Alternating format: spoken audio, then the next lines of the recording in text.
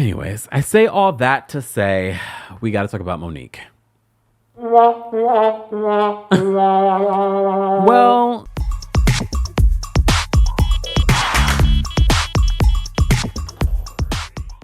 we have to be fair because Monique did an interview with Club Shay Shay and she mentioned her son, that she doesn't currently, her oldest son, her eldest, that she doesn't have a relationship with. Okay? So, with her mentioning that, her eldest son is speaking out on TikTok. He's speaking out. First of all, homeboy, I could listen to him all day. He doesn't have a relationship with Monique. But you know what he got from Monique? First of all, he's good looking. I'm going to say that. I'll just say that. I'm just going to get that out the way. His voice is so soothing. You might fall asleep. Look, you might fall asleep when I played this video. Thirdly, he speaks like his mama. And when I say speaks like his mama, he's very convincing. He's very convincing. I'm just like, oh. But we've never heard him speak out against Monique, at least not to my recollection. I think this is like his very first time speaking out. So I think we should take a listen to what her son had to say. Hi, I am Shalon. I am a stand-up comedian, Monique's oldest son. I guess I felt the need to make this video to just provide some context into this false narrative about her praying to the universe.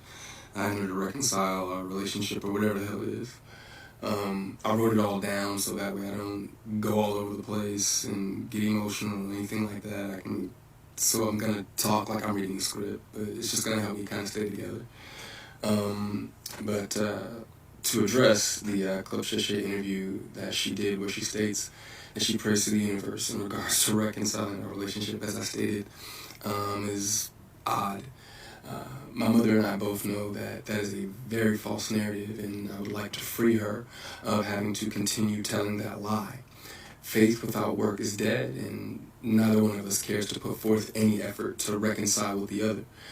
We are separate, as she put it, because she doesn't care to be my mother any more than I care to be her son.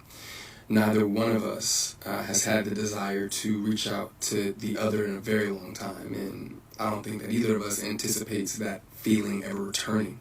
Speaking with my mother directly, in my experience, will either lead to some odd newfound moment of clarity in regards to how she was as my mother, or she retreats back to daddy to move forward with a conversation. And I'm tired of hearing my mother's truths. Newsflash, I'm not sure if people know, but standing in your truth doesn't make you noble. I'm not sure if people are aware of that. But responding this way, I feel as though it allows me to say my piece uninterrupted. To those wondering, well, why say something now? Call it a form of therapy for me, I suppose. But when her daddy had intentionally stated that they have 3 sons, but his wife is on the internet talking about the 4th son in a video that has millions of views, that rubbed me the wrong way. But anyway, to inform a child that you are not interested in being a mother at a time when that kid is the only kid that has the potential to lead a child to believe that you are not interested in them specifically. But to take it a step further, you also admit, my mother had also admitted to me that she didn't do the best job that she could do, which would also make one begin to question, all of your past decisions and prior emotional interactions. But to be completely honest and fair, those were things that I was willing to get over. Nobody's perfect, we're all human, but my mother showed a clear lack of humility, compassion, and consideration when taking any level of accountability for those things. My mother does a fantastic job of acknowledging a lot of things, but she doesn't take accountability very well, and anything that she may take true accountability for, it's only at her convenience, in my experience. But if I had to guess, though, her interest in being a mother probably started around the time that she married her daddy and had his children. But that interest, obviously seemed. Pause. Sorry to interrupt this video for those that are just joining us. This is Monique's eldest son. I find this to be interesting, and I'm just to give context, because I watched this video and I had this thought as I was watching this video. Remember, if you listen to the Club Shay Shay interview with Monique, Monique talked about calling herself a whore and how daddy saved her. Literally, he's saying here in this conversation that she changed after she got into a relationship with daddy, Sidney. All right? I want to just point this out. I'm not making excuses for Monique. I twerk on the fence religiously, but when I say I twerk on the fence, I try to see things from another perspective. I think very much like Oprah's relationship with her mom. Remember how Oprah came to her mom had one night of sex with Oprah's dad, and there really was no emotional connection to this man, and I believe no emotional connection to Oprah. That's why they had such a tumultuous relationship and why they never really had that mother-daughter relationship. So I thought of that as I'm watching him talk about his relationship with Monique, and as we heard Monique talk about her relationship with him. So I'm wondering if Monique's feelings towards him is rooted in her past and maybe his father as well. And maybe that's why she feels as if she can't have this deeper connection to him, because maybe it reminds her of that. And again, we don't know the full story of who his father is in that connection. Or, look, here I go twerking on the fence. Or she's just trash. But I wanted to give you that perspective as we're listening to Monique's son speak. We're going to get back into this. One-sided, and as it should have been. By that time, I'm in my late teens, so to some degree, the neglect becomes easier to hide or validate, I guess you could say. There are now 2 baby boys in the house, that require attention. But still, during that time, however, I still watched her enjoy the love and admiration of total strangers and with my own. To this very day, my mother has never expressed to me when, if ever, she became interested in me as her son. That did lead me down a path of questioning my self-worth and struggling to understand the value of a mother in a child's life. In the interview, she also states that she gave me an apology, but an apology to a son from a mother that consciously showed no interest in him holds no weight. There are still women to this day that my mother will give credit to for being more of a mother to me than she ever could. Her assistant, my cousin, being one of them. Every time, though, that my mother would state that she was right here whenever I was ready, that ideology still blows my mind today, that a person could openly admit to being an uninterested, not put my best foot forward type of parent, and be so self-centered that they still express to the kid, you have to come to me when you're ready. You got to come to me for us to make this right. Okay. But I'm not sure what my mother could possibly think that she has shown me in the past or have for me now that's not money, goodness gracious, that would make me want to come to her or whatever those feelings were supposed to be. A mother is supposed to be the first woman that a boy falls in love with. I loved my mother very much, but my mother loved things more than she loved me, and she would validate her love for me by giving me things and would proceed to call me ungrateful or inconsiderate if said things did not have the desired effect. I couldn't imagine what it's like to be her, though, to ask God for what you want, and then He gives you what you need, though, only for you to ignore it and have the audacity to ask God for something else. And I'm glad I'm glad I didn't do that. And when He told you no, you went to the universe instead.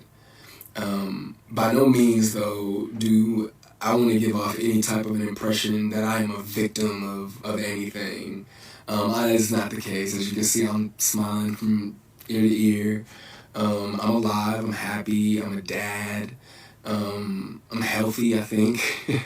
I drink a lot of water, I'm getting over a cold now. I still had my days just like everybody else. And, there were a few things that she did teach me along the way. I did learn how not to love from my mother. I also learned to make sure that I never lose so much of who I am that I have to validate it through another person. And though I feel as though, in hindsight, I think she did it reluctantly, I do appreciate my mother, for showing me what the top of the mountain looks like.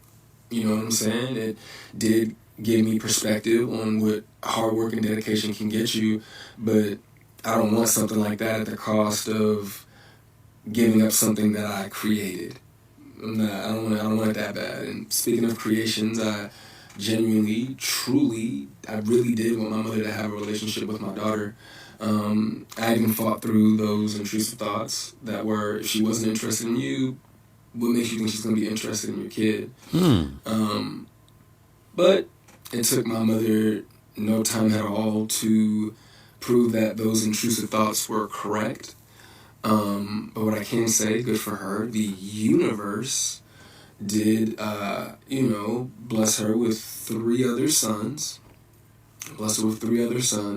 And God willing, I'm sure that all 3 of them are adults now. So I'm sure that one of them, God willing, if not all 3 of them, will make her the grandmother that she wants to be. I still look forward, to that moment for her. But overall, when it comes to the boys, though, I am happy that whenever they do hear me talk, sorry, my phone did something weird, but whenever they hear me talk, they don't know what it is. They can't relate to what it is that I'm saying. My experience with my mother is not their experience with our mother. So my prayer for her and them is that they continue to see her the way that they see her now. I do also want to make sure that I say thank you to my mother for giving me life. Without that moment in time, I wouldn't have had my little one. But outside of that moment, there isn't anything that either of us has to offer the other. In my opinion, it's a waste of God's time and the universe's time for praying for something that you are not willing to put forth any effort to obtain. Putting the work into becoming Monique is more important to my mother than being my mother. Ooh. And I do not believe that it was never about her being there and waiting for me, but it was supposed to be about me being there and waiting for her. My mother's value had reached such a low point in my life that I no longer found it necessary to either want to wait for her or even go to her. But like I said, man, I'm super grateful that she has the opportunity to do it all over again. I'm happy for her. I hope the Cat Williams tour goes well, but the narrative that she prays for us to reconcile is a false narrative. It's not real, not appreciated if she stops saying stuff like that. Ooh, wow. He has a way with words and the tone of his voice. Okay? Wow. So that was Monique's son. That is Monique's son. And thank you so much for look, I'm gathering stories. This was the last minute story that I'm at. Stacey, thank you so much. Monique's son, her eldest son, Shaylon. I hope I'm pronouncing that correctly. Yeah. Like I said before, I'm giving Monique grace, but the way he said that at the end, and mind you, he's never spoken out before. He could have easily spoken out. He could have been paid to speak out. He's not paid on TikTok to speak. Okay, I don't think he's a creator like that on TikTok, but he could have been paid big bucks by one of these blogs or media outlets to speak. No, he decided to write something poignant about her interview and finally speak his piece because Monique is speaking for him in regards to her relationship. And I've said this before about Monique. Monique will say a lot of stuff that I can agree with, but then there's always something on the other side that makes me kind of go, I feel like there's more to this. There's more to the story. There's more to the situation. And I said this the other day, and I'll say it to you guys here. Sometimes Monique, for me, gives off car salesman vibes. Like she can talk that talk, and then you kind of fall for it. And because there's a lot of truth in it. There's a lot of truth in it, but then there's always I feel like there's more to the story. But I'm glad that he spoke out because I was just like, wow, this was very poignant. I thought this was really, really poignant. Because he seems I don't know if it was how she raised him or the assistant, his cousin, raised him, because he said that, there were countless women that helped raise him. They did a good job because he seems very reflective. He speaks beautifully. Oh my goodness. I don't know if he is what he does for work and things. Maybe he needs to write. I don't know. But I was like, wow. And I think he wanted the narrative about what she said in that Club Shay Shay interview, that what Monique said in the interview, was he's like, that's not the truth. That's not the truth. And look, this could be his truth versus her truth. But she kind of told on herself in multiple interviews, not just the Club Shay Shay interview. And look, I know some people are like, oh, that's his mom. He should forgive his mom. He should get over it. Well, sometimes look at Oprah. I think Oprah, I use that as an example because, Oprah's involved in this whole conversation. But Oprah stopped expecting her mom to be the mom that she saw on television, the mom that she wanted her mom to be. She understood that this woman could not love me that way. And I think for Shaylon, he might have to get to that place where, and I think he is, based on what he says in this video, that Monique is not going to be that mom. But it's his hope that maybe she could be that grandmother to his daughter. I don't know about that either. I don't know if she has the capacity. I don't know. Anyways. You bring the lighter.